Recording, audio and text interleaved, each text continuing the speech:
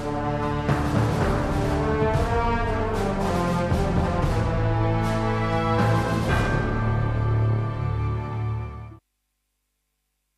காந்தி, ராஜீவ் காந்திலாம் நம்ம அரசியல் தலைவர்களாக இருந்தாலும் அவங்க நிறைய இது பண்ணியிருக்காங்க. அதனால இது கண்டிக்கத்தக்க விஷயம். அவங்கெல்லாம் என்ன நாட்டுக்காக பாடுபட்டாங்க? அவங்க என்ன ஃப்ரீடம்காக ஏதாவது செஞ்சாங்க? எதுவுமே செய்யலைல்ல. அப்போ எப்படி அவங்களோட பிக்சர்ஸ் எல்லாம் நம்ம ஸ்னாப்பில் போட முடியும்?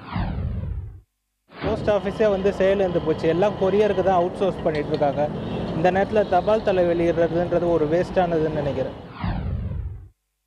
ஏற்கனவே இருந்த தலைவர்களை நீக்கிட்டு இப்போது அவங்களோட தனிப்பட்ட தலைவர்களில் அவங்களோட தலைவர்களுடைய ஸ்டாம்ப் வந்து வெளியிடுறது வந்து ஒரு சரியான முடிவாக இருக்காது.